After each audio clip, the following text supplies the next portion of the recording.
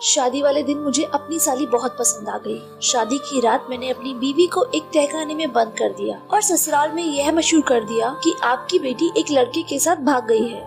मैंने कहा, अब आप अपनी छोटी बेटी की शादी मुझसे करवा दो, नहीं तो मैं आपके खिलाफ केस करवा दूंगा। मेरी शादी मेरी साली से हो गई और मैं खुशी खुशी उसके कमरे में गया और जब घूंघट उठाया तो मेरे कदमों तले से जमीन निकल गई, क्योंकि वहाँ तो मैं दूसरे शहर में नौकरी करता था। और जब अपने घर वालों से मिलने अपने शहर वापस आया तो मेरी माँ को फौरन ही मेरी शादी की पड़ गई और उन्होंने झटपट लड़कियाँ तलाश करना शुरू कर दी। मैंने बहुत मना किया लेकिन वह नहीं मानी। कहने लगी, बहुत मुश्किल से तो वापस आया है, अब शादी करके ही जाएगा तो तू बार बार यहाँ के चक्कर काटेगा। मुझे कम से कम तेरी शक्ल देखने के लिए तरसना तो नहीं पड़ेगा। मम्मी ने अपने जानने वाले रिश्तेदारों से मेरा रिश्ता एक बहुत ही अच्छे घराने में तय कर दिया। माँ ने मुझे बताया कि लड़की बहुत ही खूबसूरत है और गोरी चिट्टी है और पढ़ी लिखी भी है। माँ ने तो अपनी बहू की तारीफ में जमीन आसमान एक कर दिए। माँ ने लड़की के घर वालों को बताया था कि मुझे नौकरी के लिए वापस दूसरे शहर जाना है और इसीलिए शादी जल्दी करनी होगी। लड़की के घर वाले सादगी के कायल थे। उन्होंने कहा कि वो बहुत धूमधाम से शादी नहीं करना चाहते, इसीलिए एक हफ्ते के अंदर वो अपनी बेटी की शादी करने को तैयार है। दोनों घरों में ही जोर शोर से शादी की तैयारियां जारी थी। मैंने अपनी छोटी बहन को चॉकलेट लाकर दी और उससे उसकी होने वाली भाभी का नंबर मांगा। मैं जानता था कि मेरी छोटी बहन जेबा एक चॉकलेट के बदले अपनी जान भी दे सकती है। जेबा ने फौरन ही चॉकलेट मुझसे ली और वादा कर लिया कि वो मुझे नंबर लाकर देगी। और जब अम्मा अपनी बहू की चूड़ियों का और कपड़ों का साइज लेने के लिए गई तो जेबा ने मुझे एक नंबर लाके दिया और बताया कि ये नंबर मेरी होने वाली बीवी नाजिया और उसकी बहन हिना दोनों ही इस्तेमाल करते हैं। मैंने वो नंबर संभाल कर रख लिया था और सोचा था कि सही मौके पर नाजिया को फोन करूंगा और उससे शादी से पहले एक बार मुलाकात की फरमाइश करूंगा, क्योंकि मैंने तो अभी तक नाजिया को देखा ही नहीं था। हमारे यहाँ तस्वीरों का कोई रिवाज नहीं था और शादी में इतना कम वक्त था कि मिलने मिलाने की नौबत ही नहीं आई थी। शादी की तैयारियों में दिन बहुत तेजी से गुजर रहा था। हमारे घर के नीचे पापा ने बहुत पहले ही तहखाना बनवा दिया था। सफाई करवाते वक्त मैंने उस तहखाने में घर का सारा पुराना सामान डालकर घर को साफ सुथरा कर दिया था। उस तहखाने के बारे में मेरे और मेरी माँ के अलावा किसी को नहीं पता था, क्योंकि वो पुराने वक्त का बना हुआ था और अब उसे कोई इस्तेमाल भी नहीं करता था। सारा दिन घर के कामकाज में ऐसा गुजरता कि मुझे नाजिया को फोन करने का वक्त भी ना मिलता। मैं नाजिया को किसी ऐसे वक्त फोन करना चाहता था कि जब मेरे इर्द गिर्द कोई ना हो, ताकि मैं सुकून से उससे बात कर सकूं। लेकिन पिछले 2 दिनों में मुझे ऐसा कोई वक्त नहीं मिल सका और मेरी शादी का दिन सर पर आ गया। शादी से एक रात पहले मैंने कमरे की सजावट में जागकर सारी रात गुजार दी थी। कमरे को इतना खूबसूरत अंदाज से सजाने के बाद मेरे दिल में अजीब से अरमान पैदा होने लगे थे और मैं पहली दफा शादी को लेकर बहुत से जज्बात महसूस कर रहा था। मैं नाजिया को फोन करने के लिए नंबर मिलाने ही लगा था कि उसी वक्त मेरी बड़ी बहन ने आकर मुझे कहा कि पहले बाजार के कुछ काम निपटा दो, क्योंकि देखते ही देखते शाम हो जाएगी और बारात लेकर जाना है। मुझे अंदर ही अंदर गुस्सा आ रहा था, क्योंकि मैं चाहने के बावजूद भी नाजिया से बात ही नहीं कर पा रहा था और ना ही उनसे मुलाकात कर पाया था। मैं अपने एक दोस्त को लेकर बाजार की तरफ निकल पड़ा। जब मेरे दोस्त ने अचानक मुझसे पूछा कि भाभी को मुंह दिखाई में क्या तोहफा देने वाला है। अपने दोस्त की बात सुनकर मैं सोच में पड़ गया, क्योंकि इस बारे में तो मैंने सोचा ही नहीं था और ना ही मुझे अंदाजा था कि नाजिया की पसंद कैसी है। और यही मसला जब मैंने अपने दोस्त को बताया तो कहने लगा कि इसमें क्या मुश्किल है, फोन का दौर है, कॉल मिला और भाभी से उनकी पसंद और नापसंद के बारे में मालूम कर ले। मुझे अपने दोस्त सलीम की बात बिल्कुल ठीक लगी। इसी बहाने से मैं नाजिया से बात भी कर लेता। मैंने सड़क के किनारे पर खड़े होते हुए नाजिया का नंबर मिलाया। मेरा दिल पूरी तरह धड़क रहा था कि ना जाने कौन फोन उठाएगा, नाजिया या फिर उसकी छोटी बहन। मेरा कॉल मिलाते ही मुझे करीब से फोन बजने की आवाज सुनाई दी। मैंने पलट कर देखा तो 2 लड़कियाँ एक बड़े से पार्लर के बाहर खड़ी बातें कर रही थी। उनमें से एक के हाथ में फोन गुनगुना रहा था। मैं लगातार उन दोनों लड़कियों की तरफ देख रहा था। जब उनमें से एक लड़की ने फोन रिसीव कर लिया और जैसे ही हेलो कहा, मैं हैरान रह गया, क्योंकि उसके हेलो की आवाज मेरे फोन में से उभर रही थी। मैंने कुछ कदम हटकर बात करने की कोशिश की और बहुत गौर से उन दोनों लड़कियों को देखने लगा। उन दोनों ने मेरी तरफ नहीं देखा था। जिस लड़की ने फोन उठाया था वह बहुत ही खूबसूरत और प्यारी थी। पहली ही नजर में मेरा दिल उस पर आशिक हो गया था। मैंने दिल से दुआ की कि यही लड़की नाजिया हो। उस लड़की ने फोन उठाते ही मुझसे पूछा कि मैं कौन हूँ, तो मैंने बता दिया कि मैं ज़हीर बात कर रहा हूँ। यह सुनते ही कुछ लम्हों के लिए वो लड़की खामोश हो गई और फिर कहने लगी कि मैं हिना बात कर रही हूँ। यह सुनकर एकदम ही मेरा दिल बुझ गया। उसने अपने साथ वाली लड़की को इशारे से कोई बात कही थी और वो शायद नाजिया थी। मैंने एक गहरी नजर नाजिया पर डाली तो मुझे अपना दिल डूबता हुआ महसूस हुआ, क्योंकि हिना के आगे तो वह बिल्कुल ही बदसूरत नजर आ रही थी। उन दोनों के दरमियान इशारों में कोई बात हुई थी और नाजिया उन दोनों के दरमियान इशारों में कोई बात हुई थी और नाजिया नहीं में सर हिला रही थी। और उसके बाद हिना मुझसे कहने लगी कि नाजिया इस वक्त आपसे बात नहीं करना चाहती। शाम में आप दोनों का निकाह है और उसे शर्म महसूस हो रही है। अगर आपको कोई जरूरी बात करनी है तो मुझे बता दीजिए।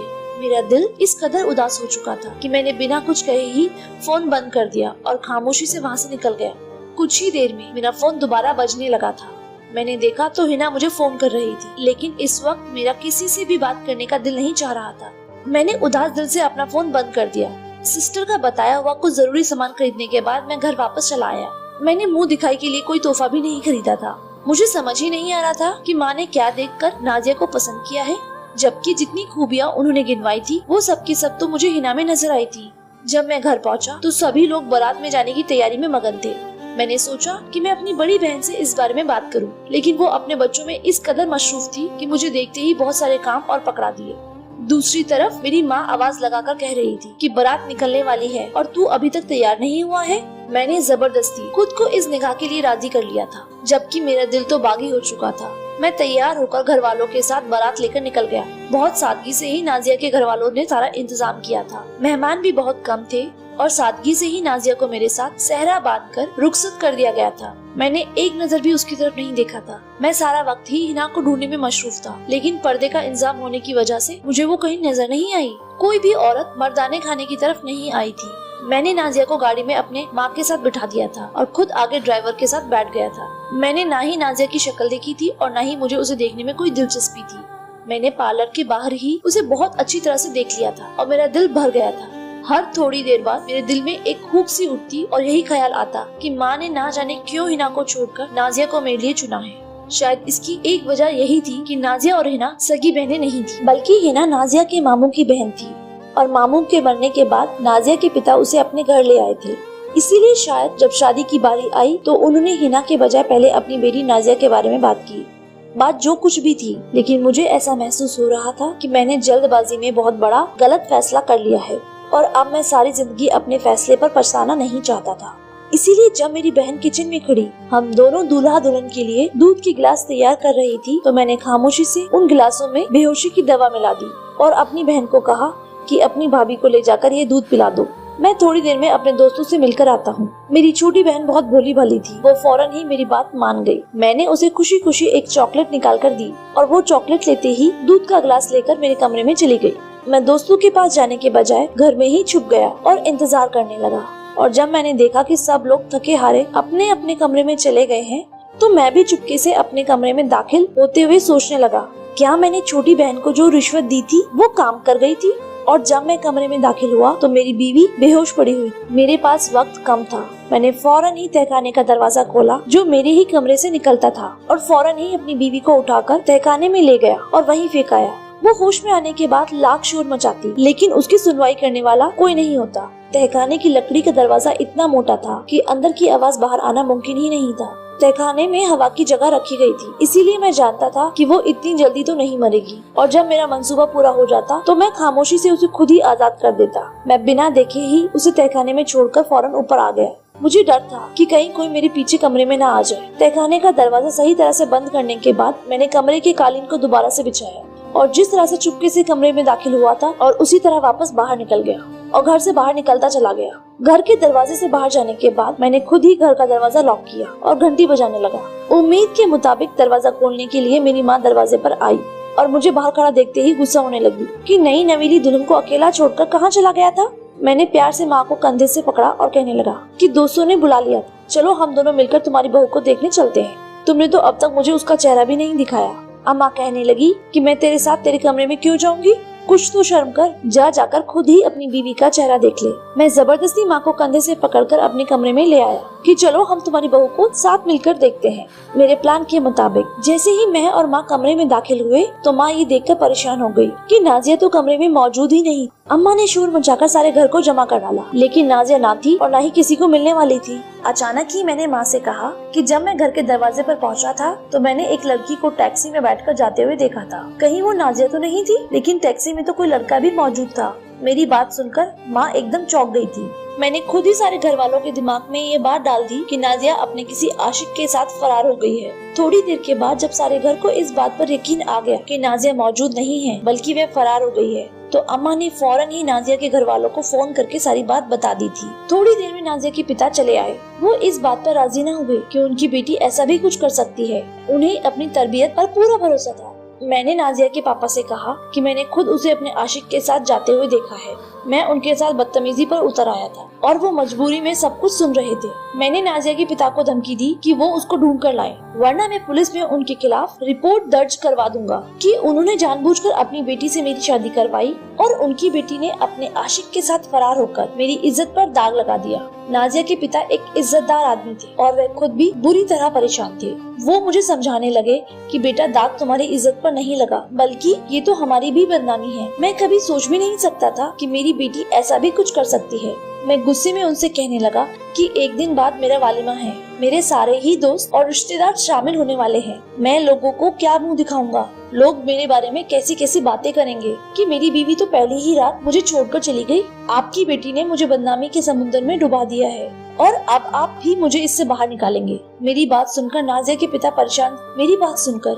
पिता परेशानी से मेरा चेहरा देखने लगे कि भला वो क्या कर सकते हैं। मैंने मौके का फायदा उठाते हुए नाजिया के पिता से कहा कि वो मेरी शादी हिना से करवा दे, ताकि मैं लोगों के सामने ये कह सकूं कि यह मेरी बीवी है। मेरी बात सुनकर नाजिया के पिता के होश उड़ गए और वो कहने लगे कि ये कैसे मुमकिन है कि मैं तुम्हारी शादी हिना से करवा दूं, जबकि नाजिया और तुम्हारा निकाह हुआ है। मैंने उनसे कहा कि मैं बहुत अच्छी तरह जानता हूँ कि नाजिया और हिना सगी बहनें नहीं हैं, इसीलिए आप नाजिया का गुनाह छुपाने के लिए हिना को मेरे निगाह में दे दे, वरना ये बात सारे जहां में फैल जाएगी और हमारे साथ साथ आपकी भी बदनामी होगी। नाजिया के पिता ने मेरी बात मान ली और कहने लगे कि शायद अब यही एक रास्ता है जिससे हमारी इज्जत बच सकती है।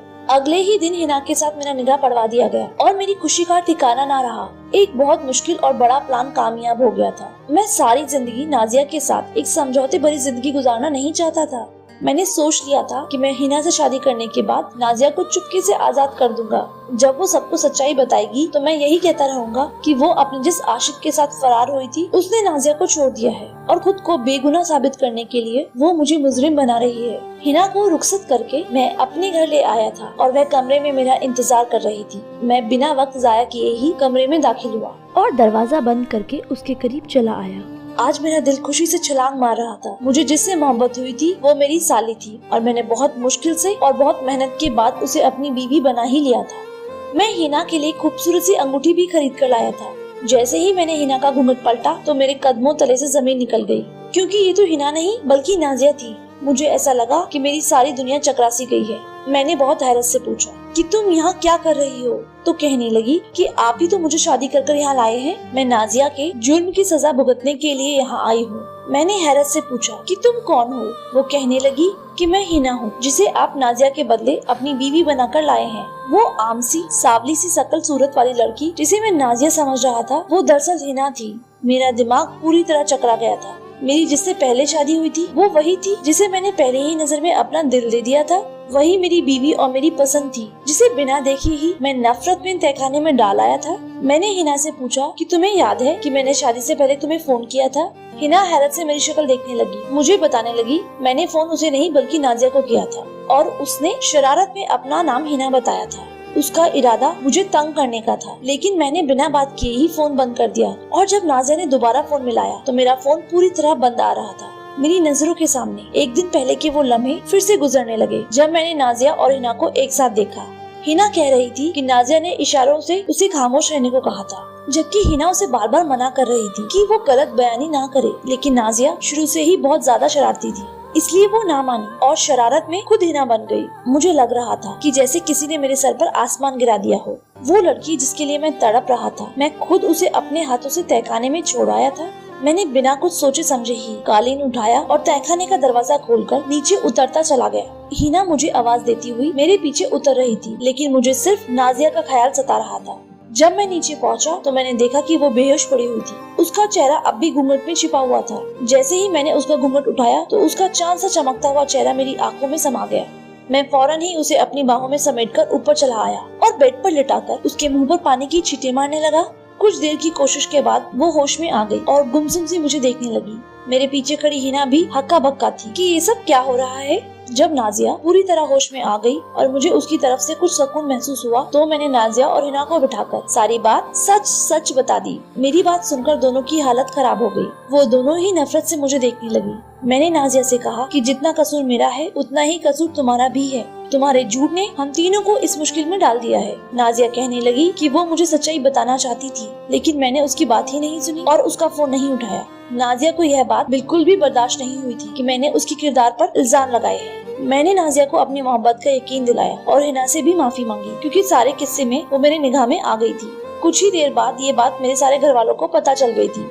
मेरी माँ ने मुझे बहुत बुरा भला कहा था और नाजिया के पिता को फोन करके बुला लिया था। वो बेचारे एक दफा फिर परेशानी की आलम में दौड़े दौड़े आए और सारा सच जानने के बाद उन्होंने ये फैसला किया था कि वो अपनी दोनों बेटियों को मेरे साथ नहीं रहने देंगे।